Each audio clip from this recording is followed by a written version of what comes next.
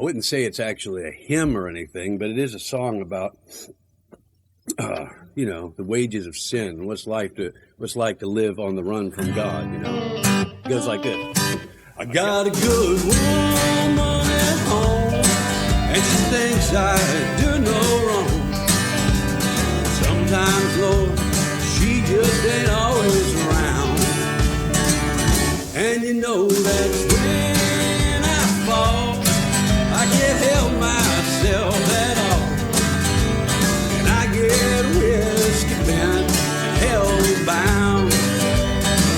Play me a song about a rambling man, put a cold one in my hand.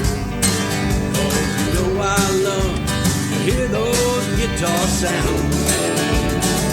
But don't you play them so lonesome I can cry. I get all balled up inside, and I get whiskey bent, hell-bound.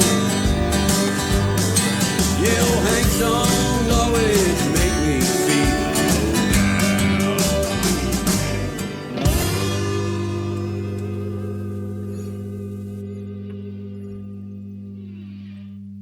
Hymn writer, Hank Jr. Saw some YouTube videos there about that. Oh, man. And I was reading the comment section. Oh, right. And so there it was. Like, yeah, I saw these guys in, I don't know where, Muncie or somewhere, some town, Indiana, in whatever year it was. And they were really great. And I don't even know how I found out that's, I don't know how I found out you were connected to that. Yeah. I don't know. Maybe you posted something or you linked to something and I went, oh, I mean, I knew you were a musician. I knew you did studio work, but I didn't quite know. I'm going to see if I can find the link, by the way, to whatever I looked at. But yeah, so Rock Sedan. How did you get that name? What was that about? So music. We're recording. Okay, we're just going to jump in. Everyone, I'm Tim Bushong. This is Mr. Crabtree, Pastor Crabtree. What do your friends call you? Well, they call me a lot of names I can't repeat. I don't have that many friends. My name's Rhett Crabtree, R-H-E-T-T. My mother was reading a book about the time I was born. Something about Gone with the Wind or something. Some racist book like that about the South. Obviously. She thought, I'll name my little boy that. But then I grew up to be like this, so I'm stuck with the name. Yeah, your whole life has been, hey, come on, do the line. Frankly, Scarlett, my dear, I don't give a. I'm not allowed to. I'm ordained. I don't talk like that. Oh, I know. I don't even think like that anymore. Nope, man. Nope. Well, we're both pastors. Yep. I'm a little older. I'll be 64 in December. Well, you get me by almost 20 years. A little? Really? 20? I'm 20, almost. I'm 44.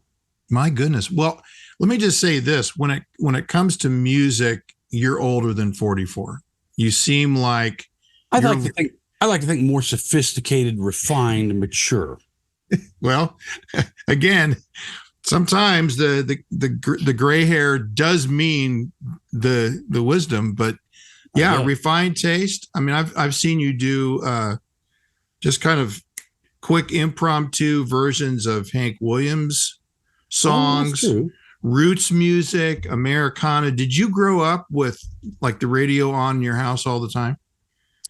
Well, I first want to say all of those things that you've seen me play, I can play them because they all have 3 chords and nothing else. So it's very simple, right? So you can't really mess them up. But our house is pretty musical. My dad was a singer.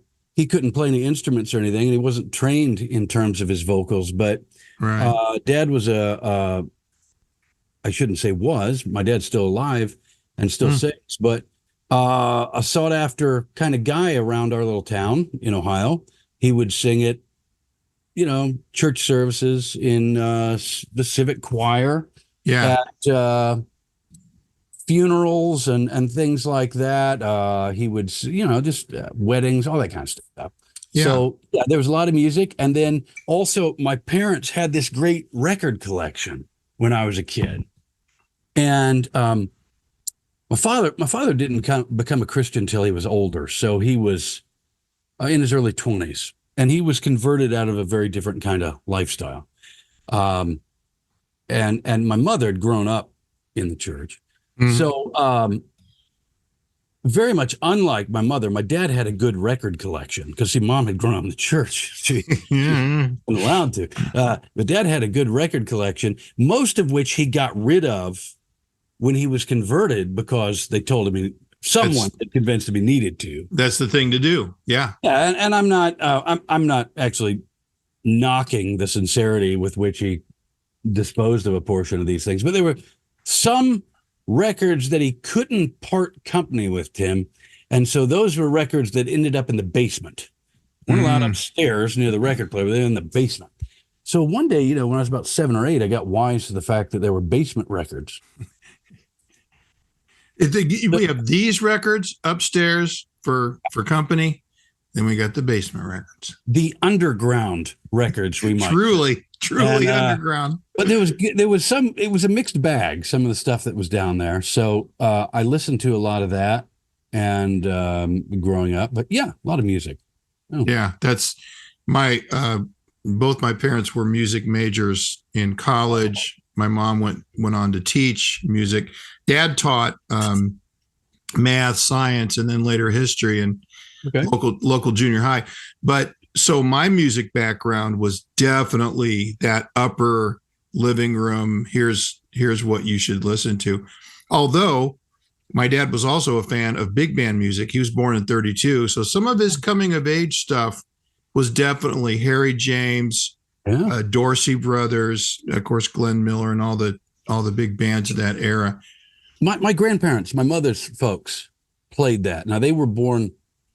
My granddad was born in 1913 and grandma in 1917. But they were big band people. They had a lot of the old 78s they would play.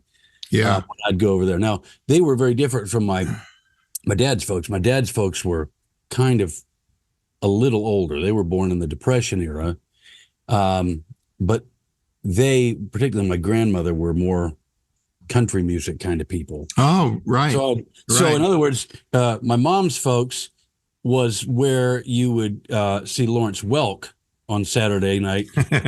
Dad's folks was where you'd see Hee Haw. But it was both good, It was good. Oh, I'll never forget my first vivid memories of visiting my mother's family in Western Pennsylvania, Bedford area, just kind of east of Pittsburgh, and watching my great grandpa Bowser watch the Lawrence Welk show. And even at that, even in those tender years, I thought, wow, this is kind of hokey, You didn't like the Bubbles or? Oh yeah. And then came Hee Haw later on. And to this day, I'm still going, I think I know why Dad liked to watch Hee Haw. I'll be honest. I would be biased in that direction as well. I won't say prejudiced in that direction because I haven't prejudged like yourself. Judged both, and I think that Lawrence Welk has weighed in the balance and found wanting. Oh man, that's that was some hokey stuff. Yeah. But so they also had the gospel quintet that traveled, and I'll be honest, when I later on in life, after I Jethro wants to be a rock star phase. Yeah. Kind of some of my ecclesiology was messed up because we were gone like most Sunday mornings for a long time. Because they were the special music, when you have a. Hold on. So did you sing in this quartet or you just were traveling along with your folks? Traveling along with my folks, but they also had the kids do their thing as part of the presentation. So in churches and things like that. Oh, right? Yeah. Yeah. Okay. And so me and my sister, and then the other couple had 2 sons, and they'd make us get up and sing some song. And it was very, very much of that traditional Southern gospel music that was the late 60s, early 70s. Okay. If you're familiar with some of the websites that are dedicated to bad album covers. Oh, very much. Yeah. Dude, I got a whole collection. I do a narrative with some, and you kind of like Mr. Science Theater. You make comments on the height of the hair or some of those pictures are you got to think, okay, this was the best shot they got. Can you believe it? So there was a lot of that kind of Dottie Rambo, Gaithers, Blackwood Brothers. But then my dad also had all those classical records where, when I first saw A Christmas Story, I'm thinking, I know what this is. This is Grand Canyon Suite. This is great. Okay. Yeah. Plus the big band. And so I don't think Mom really liked the big band music. I think she thought that was worldly. Okay. And so what happened was, we didn't really have the kind of radio on that would have played top 40 hits. It was more like the kind of, I don't know, Burt Kempfert Orchestra, right, on a Saturday afternoon. Then I discovered Bachman Tuner Overdrive. Oh, man, you went straight to Canada there. Okay. Man, I did. Out and about. And I heard guitar. And then for some reason in this drugstore we were shopping at, there was a 45 of Black Sabbath's Iron Man. Oh, yeah. Oh, my goodness. And so when I put that on, I heard those tones and I was hooked, let me tell you. So all this time I'm playing bass guitar, with my thumb, which now you find out some guys do, to country music, Herb Alpert and the Tijuana Brass. Oh, wow. Then I'm also playing trombone in high school or junior high band. Wait, I got to interrupt you. Yeah. You were able to listen to Herb Alpert with those racy album covers? All of his album covers were like some woman covered in bubbles or something. Whipped cream. Yeah, literally the song. Like, well, I think Dad had his greatest hits, which was far less lascivious in nature. I like the use of the word lascivious. You could have used lewd and lascivious, but yes, okay. Racy. Yeah. Wow. Mm-hmm. Hey, I interrupted. No, but that's where I got my first chops was bass guitar, playing along with everything like TV music, Hee Haw, Herb Alpert, and then BTO and Sabbath and all that. And then I picked up a guitar and took it from there. And dude, I was in bands, man, all from my freshman year all the way until 1980. So I graduated in 79. I would have been a freshman in 76. We were playing dances. In fact, I just talked to a young person the other night. My wife's a wedding coordinator, and they've got a DJ lined up. And I just said, when I was a kid, when I'm 14 or 15, it was all about a live band, 4 guys up there playing music. That was the coolest thing in the world. Sure. So that's changed. Yeah, that's changed. It has. And I still don't understand the, electronic dance music scene. Since I do a studio and understand software, I get what they're doing, but I'm telling you, okay. And this is part of my philosophy of hymnody as well. Yeah. Is that you ought to be able to sing it with, I'm here on my screen porch. We hang out here all the time. Got chairs surrounding. You could have about 10 people out here, one guy with a guitar. You ought to be able to sing with that guitar. Yeah. And make it work, right? It's got a recognizable melody. It's almost like it's not contrived. It's not like Sinatra music where you're waiting before the beat. It's nice and solid, but it's warm, organic, kind of like it bubbled up like folk music does. Yeah. So when you're choosing music, do you guys have a hymnal or do you have a couple hymnals? At our church, we have the Trinity hymnal, which is, OPC, PCA joint publication from years ago. And that works well, but we would augment that with other things. There's music that our session will look at and approve for use in worship. So you don't have a skinny jean young recent seminary grad worship leader? We don't have anybody who's a worship leader because other than the person who's set aside to conduct worship. Yeah, yeah. But regarding the skinny jeans, no. Now, if I could only fit into them, I would. No, I wouldn't. What does it say? The Lord delights in the legs of no man, or something like that. That's in one of the Psalms. So I refuse to wear tight pants, but or shorts. But no, we don't have that kind of thing here. That's not really part of our. Yeah. So, and we're just free-forming folks. We both have roots in the CREC. You currently, me past. And I guarantee that if someone from our congregation visited your church, they'd feel at home, and vice versa. We would do our best to make them feel awkward, but yeah, we would. Churches do. They have a wonderful blend of making you feel totally awkward and welcome at the same time. But I get what you're saying. We'd have a lot of crossover in terms of distinctives and that sort of thing, I would imagine. Yeah. And so with music, growing up in the church, it was all hymnals. And then, I went through a period of rebellion, high school. About 1987 is when I got serious about the Lord. And then it was more of what we now call traditional worship, which is the band is up there and you've got 20 minutes of music. Mm-hmm.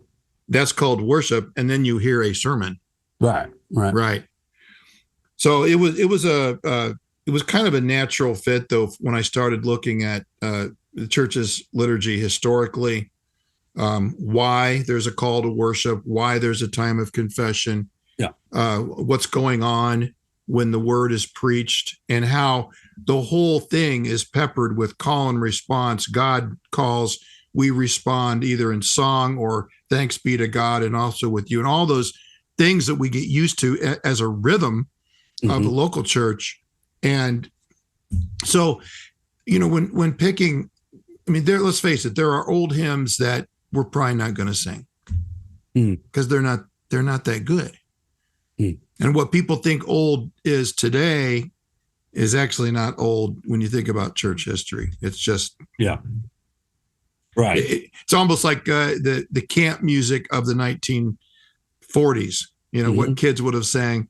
That becomes then the tradition of the generation that comes of age in the 60s and 70s. Right. To them, that's the good old music, right? Right. I remember when we sang "Jesus Wants Me for a Sunbeam." We just don't do that anymore. I get it. Oh yeah.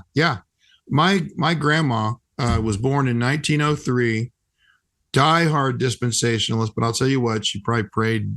If anyone prayed me into the kingdom, it was her. Good. Her favorite hymn, can you guess what it was? In the garden? You get the prize. Yes. You get the prize. You got it. Good job. Good. What a terrible hymn. It's pretty rough. It's rough, man. It makes you want to vomit. Epicac. It's church Epicac is singing. Yeah. So I have to wonder, which was she thinking in terms of this was kind of taking her back to those halcyon days when she was a little girl and went to local Oakwood, United Brethren church camp or whatever. I don't know.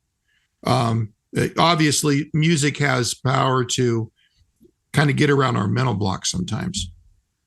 Yeah, and don't you think it's twofold? There's that sentimental attachment to music, the hearing and rehearing of something. Yeah, you spoke a moment ago about the importance of the rhythm of a liturgy and becoming familiar with that.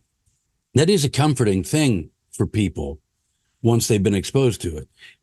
By the way, it's also a reason why we should ensure that whatever our liturgy is, it's biblically defensible, right? Because we don't want people to become accustomed and comfortable with that which is the wrong rhythm, right? Yeah, but on the other hand, you've got this thing where the song itself, the feel of the song, the sentiment attached not just to the sound of the song, but the things I've experienced in the past when I've sung this, or beloved people who I've sung this with, or that kind of thing. Yeah. That catches on. But I also think when it comes to, I come to the garden alone and all of that, that the emphasis in that song is so much on the personal and the subjective. Mm-hmm. And there is an element to the personal and the subjective that's real and that's true. We have an experience of Christ and his presence. And there are ultra reform types who deny that. And I think, what are you talking about? I don't know what you've got, some academic thing. You better know the presence of the Lord with you. I don't think they'd recognize the Covenanters very well either. Right, exactly. Yeah. Yes. But those things, unfortunately, that kind of subjective aspect of things, we can take those things that were real and true and meaningful and experiential, and then, and I'm not saying your grandmother did this, but to lift those things to the level of some sort of idol. And so when we sing the song, it's a connection. It's a stream by which we are brought back into that in some way, and that's what we want, and that's what we're shooting for, and therefore this song's worthwhat's. So, in other words, that's right. That's right. The content. It's not the content. It's not what it actually says, because what it actually says is, what is the line? The joy we share as I tarry there, none other has ever known. Has ever known, yeah. Ever. Well, what is the Christian experience? Some isolated, subjective. Right. Just Jesus and me. And by the way, there's a gospel song, right? Just Jesus and me. I don't know if you ever sang that one, but it's this idea, that is not the Christian life. It's not just me in isolation with Jesus. So do you remember, did you watch the Johnny Cash biopic that starred, who was it? Phoenix? Oh yeah. Oh yeah, sure. Right. I've seen that. Yeah. So remember the film shot at his conversion. What is it? It's him all by himself walking into the church. Yeah. That says something about especially the American revivalist version of Christianity. It is very subjective. Yeah. And here's the thing too, Rhett. The fact that some songs will affect you emotionally doesn't make them good or bad or negate anything. In fact, there are times when, think of a song that always, the third verse of When I Survey the Wondrous Cross. Okay. Why does that affect me in that way? Mm-hmm. I'm not sure. I know it was my father's favorite hymn, but it's Isaac Watts. Yeah. He wasn't writing in order to get people all emotional. He's writing from a position and perspective of his abjection before the cross of Christ. Yeah. And so sometimes it all works together just because it does. It's not designed for it. You know how modern music is, you know, the band Coldplay. It's not contrived. Yeah. Right. Exactly. It's almost like God can work through that medium, which is music. Like it's a great gift and something he's willing to use to, inspire, responsive beauty or awe or even worship. Yeah. Just this morning, we're back here. This is during this season. Well, spring, summer, fall, we're on the back porch a lot. And so we happen to both be reading our Bibles at the same time. Usually she'll go off to her she shed because it's kind of cute out there. But I hear her humming, "Thee, oh God, yes, thee we praise, yes, thee." I'm like, where did that come from? How did that pop into your head? We haven't even sung it at this. We've been here 7.5 years and haven't sung it here yet. Yeah. Well, she was reading her Psalter, and there it was, and she remembered. But even that music has a certain cool lilting quality that's appropriate for the text. Sure. It carries it well. And just like with all kinds of other music. And I'm going to play the boomer card here for a second. Okay. These kids today, I don't think their music can touch the heart like good pop music of old. I think it's nursery rhyme. in the main. I don't mean every song, but Yeah. most of the songs are very nursery rhymey and set to canned music, and I agree with that. it just doesn't. Think about the wailing country song of Tom T. Hall or some of these old guys, and they're singing about real pain and conviction and even self-loathing sometimes. They're looking at their especially especially that. So like that lonesome, ornery, and mean by Waylon Jennings. I mean that's he's describing himself. And you talk about Tom T. Hall. I mean, you look at the stuff that he wrote, a guy who's known for so many ballads, some of them kind of funny, some of them more serious, some of them just kind of observational. Yeah. Tom T. Hall, by the way, not to change the subject, but well, hey, it's music. Tom T. Hall in the last couple of years, as an 80-year-old man, took his own life. Yeah. And I didn't know that. I read a story about him a couple of years ago, maybe less than that. And I thought, what an irony that this guy who could take so many things and set them to music to inspire joy with his audience.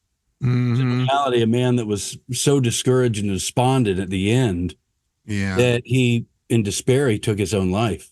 Yeah. There's an irony in music and in man's ability to create wonderful and beautiful things. I mean, you mentioned Watts, and of course, Isaac Watts' good friend, William Cooper, is another great example, right? I mean, William Cooper, who did so many things, poetry and hymns and other things, who was, assuming the story is not apocryphal, we know he was depressed, I think clinically depressed. He would be diagnosed as that today, probably institutionalized, or at least receiving some kind of treatment. They'd have given him medication, that's for sure. Yeah, I mean, Watts apparently had to tie him down on occasion so he wouldn't take his own life because he was in such despair, and yet he could write these things that were so glorious about the gospel. Yeah. There's something crazy about being a creature of dust. You know that? There's something. It's like there's something wrong with us. We're not what we were designed to be, and I think music kind of highlights that in a glorious way sometimes. Like, hey, there's this grander thing. Already not yet. Yes. Oh, what a foretaste of glory divine, right? We get it, something. Yeah. And I'm sitting out, practically outdoors. This behind me is 20 acres of a 60-acre woods that I happen to be part owner of with my sisters. This is old family land. It's glorious. And I have to keep thinking, I'm a little isolated from, Springfield, Ohio, or whatever craziness is going on. And even this world in its beauty is yet not yet what it will be. Yeah. And we apprehend it by faith. We believe it by faith. I mean, we're both post-millennialists. We believe that Jesus is reigning and that his enemies are progressively being made a footstool for his feet. Mm-hmm. But nobody, as Bonson said, both sides in World War II lost many men. Yeah. One side won, but there was still death and tragedy on the way to that ultimate victory. Sure. Yeah, absolutely. Absolutely. I like songs like when before the official call to worship, where in the name of the Father and of the Son and of the Holy Spirit, we usually have a time where if there's some announcements that need to be made, I make them. And then we have an opening hymn that's usually centered on gathering together or God calling his people together. Then when we start it, it's kind of like a little bit of a switch is flicked at that point. Now we're entering into, this is the presence of the Lord. This is where we're offering sacrifices of praise. And you mentioned your session choosing music. Yeah. That's great. You get the collective wisdom of the men there and putting together songs that are appropriate. Yeah. Do you guys end, do you sing a hymn after the Lord's Supper regularly? We would sing before. So we would sing a hymn before. And I think I'll be honest, I think it's probably more biblically defensible to sing after, because it does say, and after they sang a hymn, they went out to the Garden of Gethsemane. Right, right. But we sing a hymn before, and then following that, we have the Song of Simeon, which is not sung but recited. The Nunc Dimittis. I don't know What is Latin. that? I went to Pearl Street Elementary School in Marion, Ohio. I don't know anything. In fact, hey, by the way, see that? Yeah. That is my lone source of credentialing, or the only one I really care about. That is my diploma from Pearl Street Elementary School. I found it actually just the other day, and I thought, I'm going to hang that on the wall. Oh, that's awesome. That's awesome. Yeah. So you don't have any degree or license or? Oh, I have seminary degrees, but okay, it's the big deal. Did you? Now you lived in the land of John Knox for a while, right? Yeah, I studied in the west of Scotland, in the Glasgow area. I'd done my undergraduate work here, and then went over there, and was able to be. I did a single academic year there, in which I served an apprenticeship at a church. Yeah, and that was a great experience. Oh, I was after that. I came back to the States, and I'd met Alistair Begg when I was in Scotland. He'd spoken at a conference I was at, and he's here in Ohio. Yeah, I'm here in Ohio, and he was good enough to offer me an internship when I got done with my academic year. So I came back to the States, served there at Parkside for about 9 months, during which time I got a call to a church in Scotland, accepted the call, went back to Scotland. I was ordained. I pastored that church for a while. Wow. Yeah. So what was the transition from that into the CREC? Okay. Well, the church I served in Scotland was the church. It was actually the church where I had done my apprenticeship during my academic year there. Mm-hmm. That church had become vacant during that year. They'd had a pastor who'd been there about 12 or 13 years. I can't remember. He'd been there a good long time. A fellow by the name of Craig Dyer. He was a youngish guy, even then. Went on to work for Christianity Explored, if you're familiar with them, with Rico Tice and these guys. But that left the church in vacancy. And the church, I don't know if it's surprisingly, I guess it was, but it's surprising to ask if I would fill the pulpit during the vacancy. So right. I was still living over there, and I was a student, and I was doing an apprenticeship anyway. But they had enough confidence in me. Would I fill the pulpit? I said yes, so I did.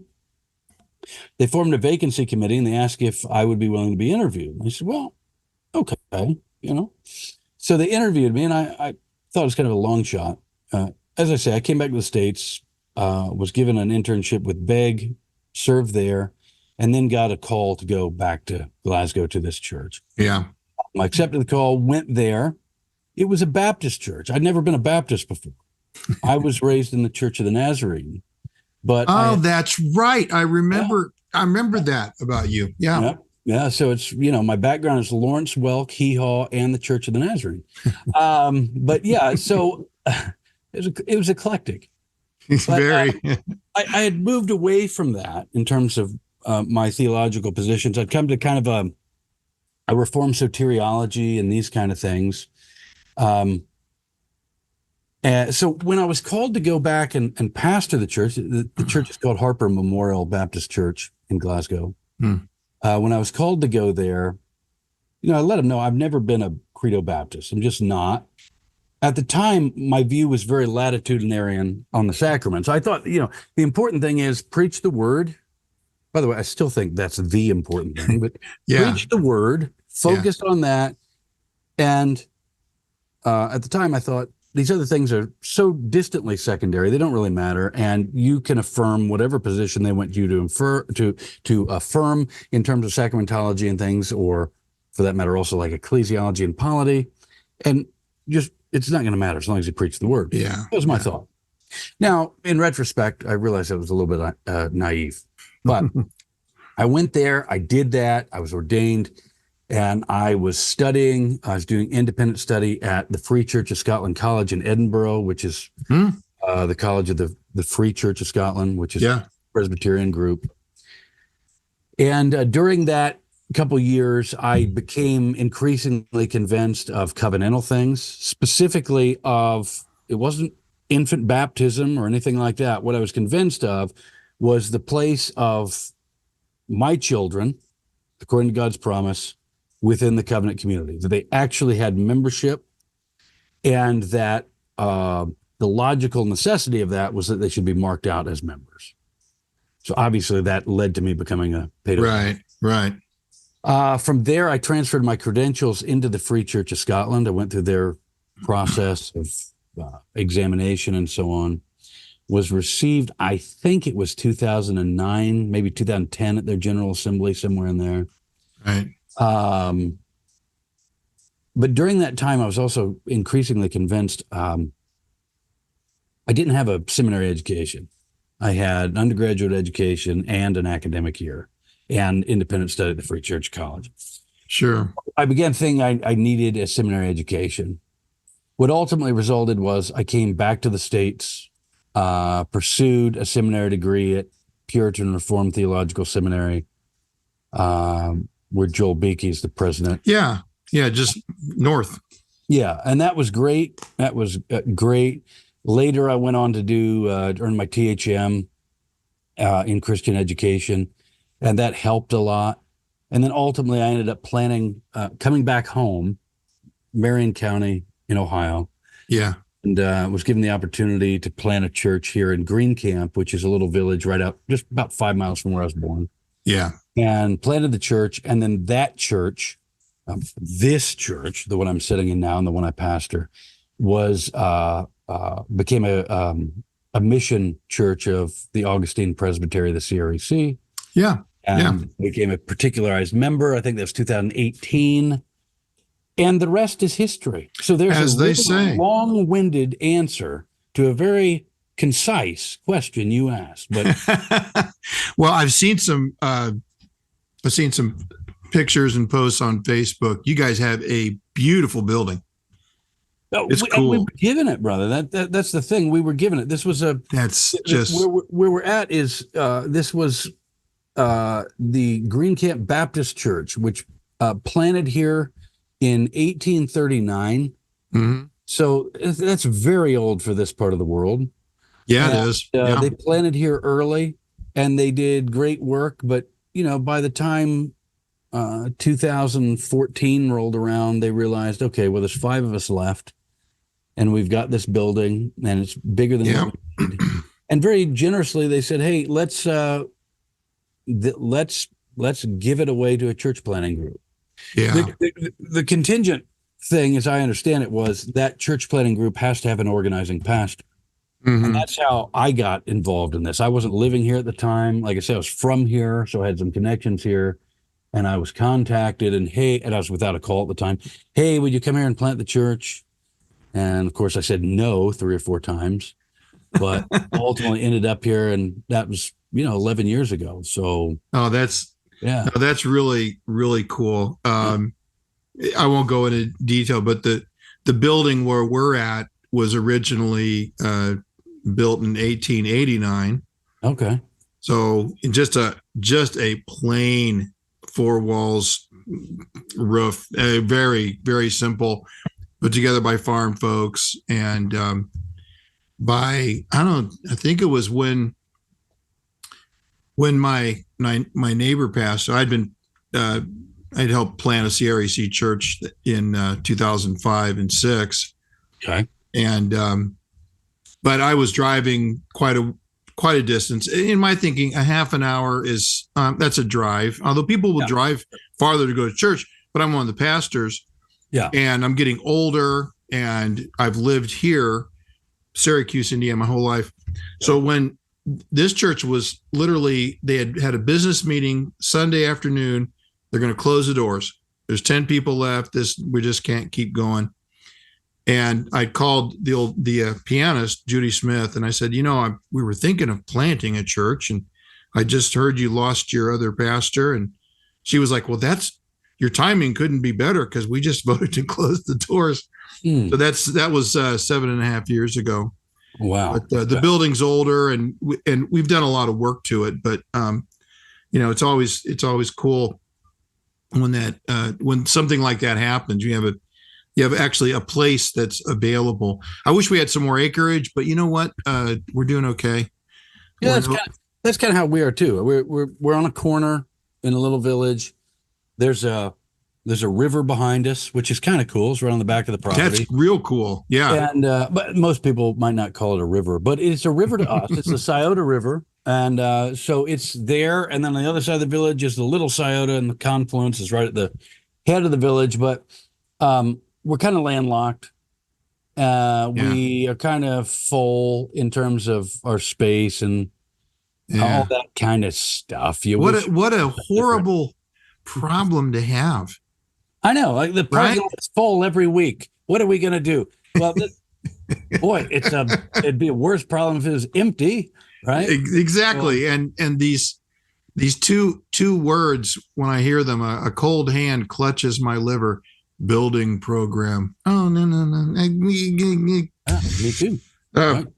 So I think what's cool is that I've just noticed, and we've never physically met, but we've been in contact for a few years on social media. We mainly have fighting, by the way, mainly arguing. Exactly, always over the nature of the covenant and all cussing that at one another on it. Oh, good. Why not? Life's too short. I agree. But you bring, from my perspective, again, old enough to be your old man, whatever.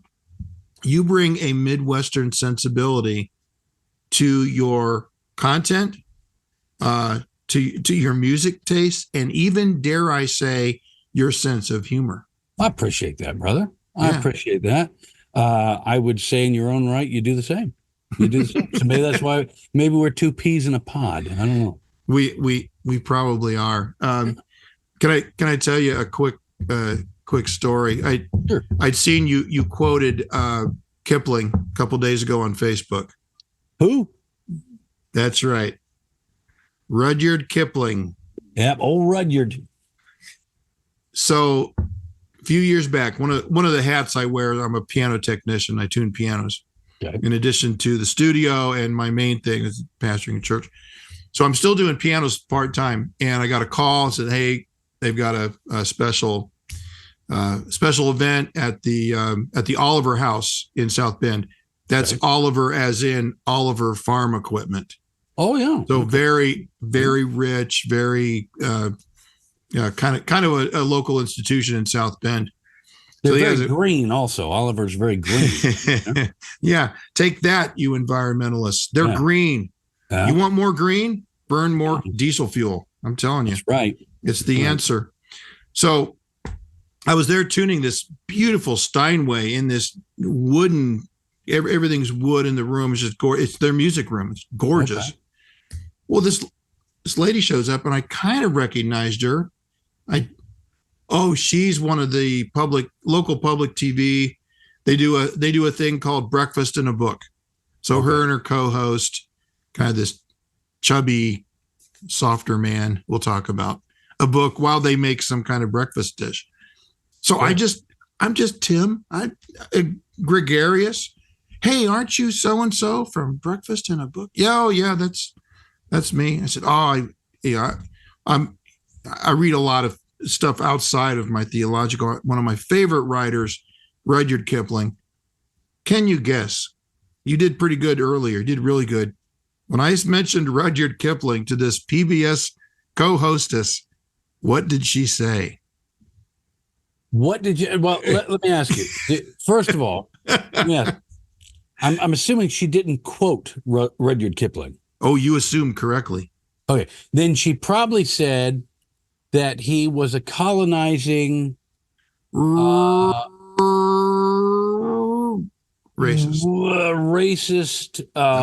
Yeah. Okay. That's what she said. She goes, "Oh, well, he was a racist."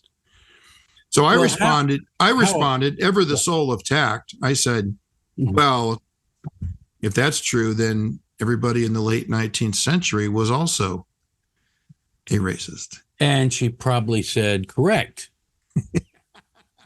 Because she's full of herself. That's right. You should have started quoting his poem, Take Up the White Man's Burden. Oh yeah, that would have been great. You She wouldn't know, know what you're talking about, most likely. why don't you show racist, yourself out the racist. show yourself out the back where the help come in. It's that poem is so racist. Like the idea that those who have been the recipients of Christendom and the advancements that have been brought about through Western civilization should Right. do what they can to help pull others up too. What a racist idea! Oh, I know. Oh, that Kipling. Oh, How forward of him. oh, You know, man, I've if got only, yeah. I've got volume one of my favorite novels, and I think I've read it 3 times now, is Kim. Okay. I think Kim is very interesting, and C.S. Lewis said that Kipling was more of a tourist than a citizen. In other words, he was a journalist and he would see, watch, and observe. But I'm telling you, man, the imagery that he evokes on the great trip, the trunk road where they're heading up north, still right here. I just think he was a brilliant writer. I agree, and those people who malign him for his, I'm thinking of people who are people of the left who Mhm. malign him for being racist or whatever. They're just as bad as that weird collection of people who are more conservatives and Christians who malign him for not being not quite being orthodox enough. Yeah. Okay, well, okay, what kind of feet did you suppose this man had? He had clay feet. So some of these criticisms, I mean, this is fine, and these are things you could discuss if you want. But in terms of the body of his work, Yeah. or what it means, or how it's helpful, it's like the Yeah. guys. I don't want to get too crazy here, but it's like I ran into certain Presbyterian types who are like, "Hey, I remember a guy telling me this directly. You can't quote from Dabney because he was a defender of slavery," and it's like, so he's wrong on everything. Yeah. Dabney didn't have interesting insights about public education, for example, Exactly. or Yes. whatever. Yes. No, you can't quote him, or for that matter, like I don't know, the Ordo Salutis. He's not valid on that either. We just got to throw him all out because you think he got this particular social issue wrong. Yeah. And see, the thing is that, and again, that's, I quote C.S. Lewis. Well, he was squirrely on inerrancy. I dare you to read Abolition of Man and walk away going, oh, that was squirrely. Yeah, right. Or My mere goodness. Christianity, right? Right. Right. All right. Screw tape letters, whatever. Exactly. I think that's, people do that with, they'll try to do that with almost anybody. And, on one side, I don't want to play fast and loose with doctrine. I've got my convictions. I'm still a Baptist, although I consider myself covenantal. I'll pray for you. Thank you. You're welcome. All my kids are grown. They're having their own kids. They're all following Jesus by God's grace. Good. And yet simultaneously, Heidi and I put a whole lot of principles into raising those kids. Good. So you've got both going on. And during that time period, I didn't always believe exactly what I do now. There's probably a sermon floating out somewhere where I filled a pulpit where I said stuff I would be embarrassed by today. You like too, in you too. You too. Yeah. 1989. Yeah. Yeah. So, we've been going about an hour. One more thing. I alluded to it earlier. Humor. Yeah. How do you feel about injecting humor naturally into the proclamation of God's word? For myself, I'm not for it because it's too easy. That's my bent. Okay. And I know why I do it. I mean, I do it. I'm not saying in the pulpit. I mean, just in general, in interaction. I do it because I like to laugh. I do it because, but I also do it because it's a mechanism that I can use if I'm uncomfortable or something. Mm-hmm. And we can all laugh about something. It's all right, even if it's self-deprecating. All right, I don't care. But Right. it's a control mechanism, to be honest. Right? You can make a joke and then, okay, you can steer the conversation or whatever in ways you couldn't have. And it's not intentional. It's like I'm not connecting those dots in my mind. It's just a thing that happens the way Right. I'm wired. So that's the way it is. I've always been the kind of, when I was growing up, I was a class clown, all of that. Yeah. But I personally, I don't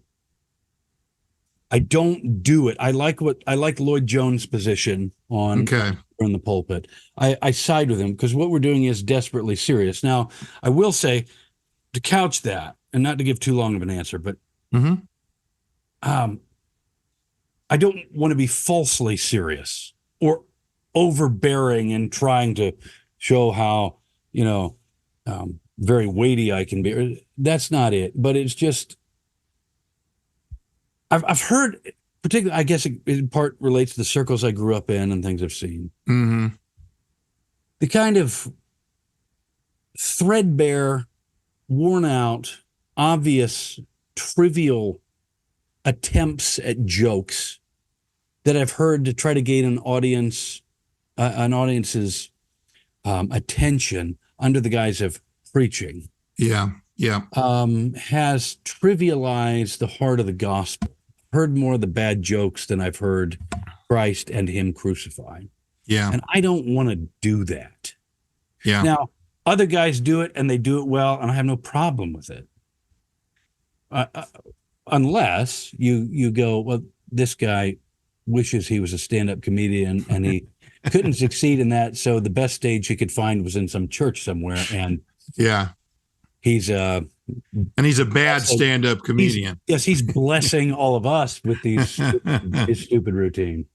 So yeah, that's a great answer. In other words, you wouldn't want to use humor in order to set the stage for the preaching of the gospel anyway. It's I would avoid it.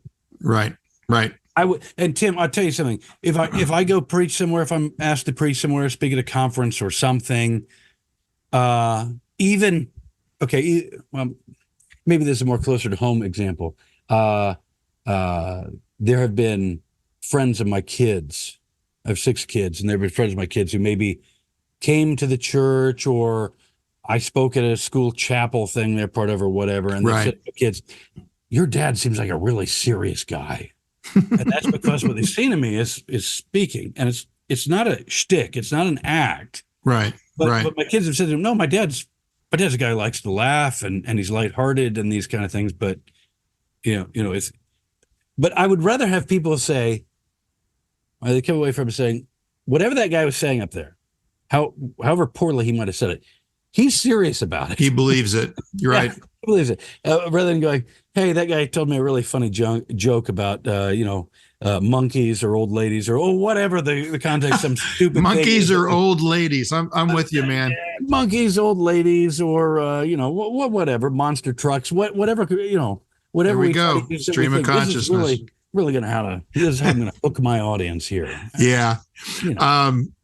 I agree, and I do use humor, but it's completely it's not contrived. It's natural.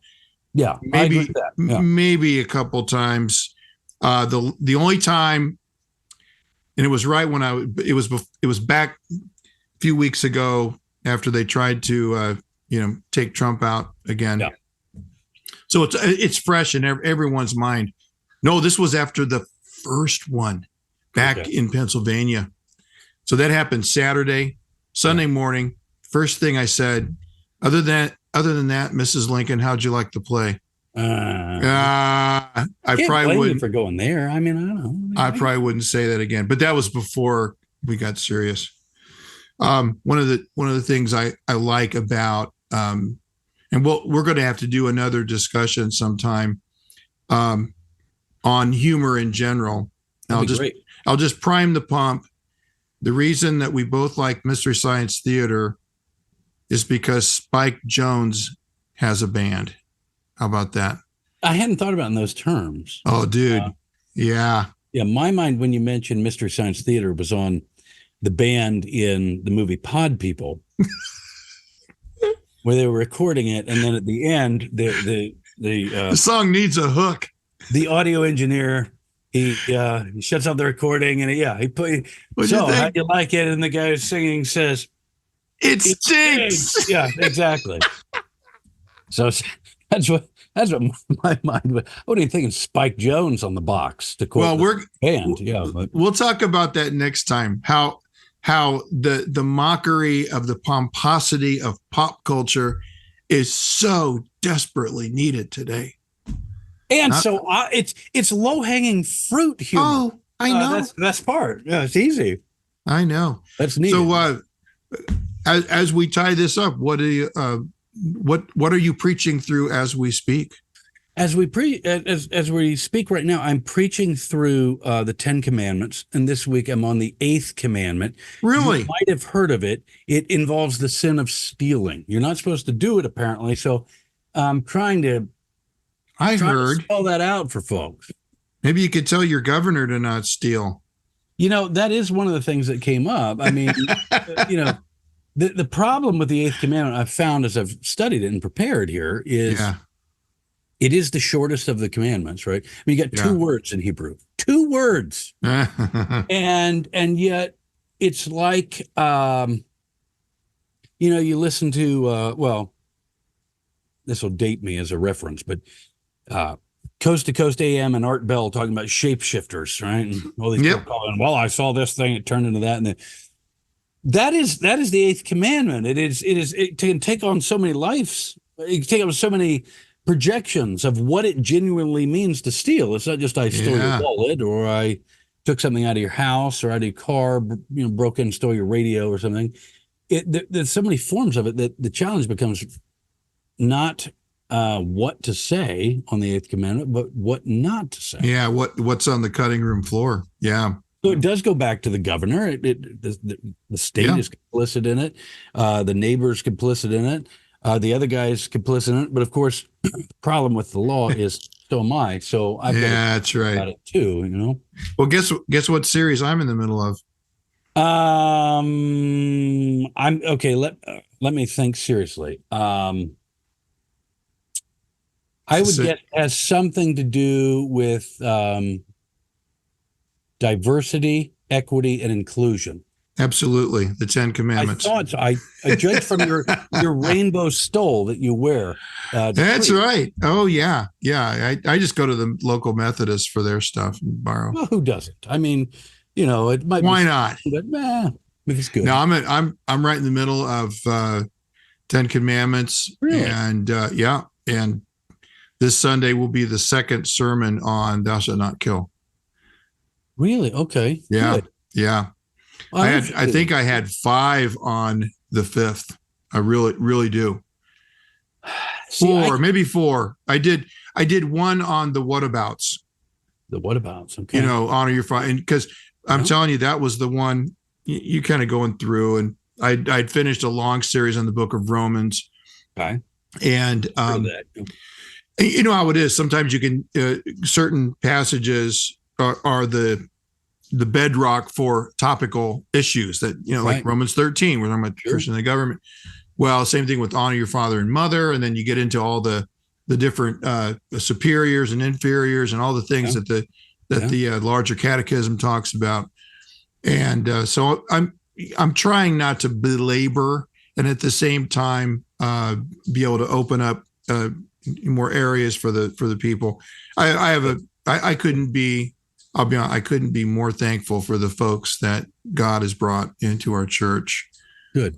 Started with 11 angry old Barney Fifes, and now it's about 140 young families. Well, we have older people too, but anyway, this week will be on the different degrees of murder and how that's how even our own justice system is right from the Bible. It's all right there. Are you going to offer any demonstrations of ways that? Sorry, maybe some of those Barney Fifes that you referred to. Citizens arrest. Citizens arrest.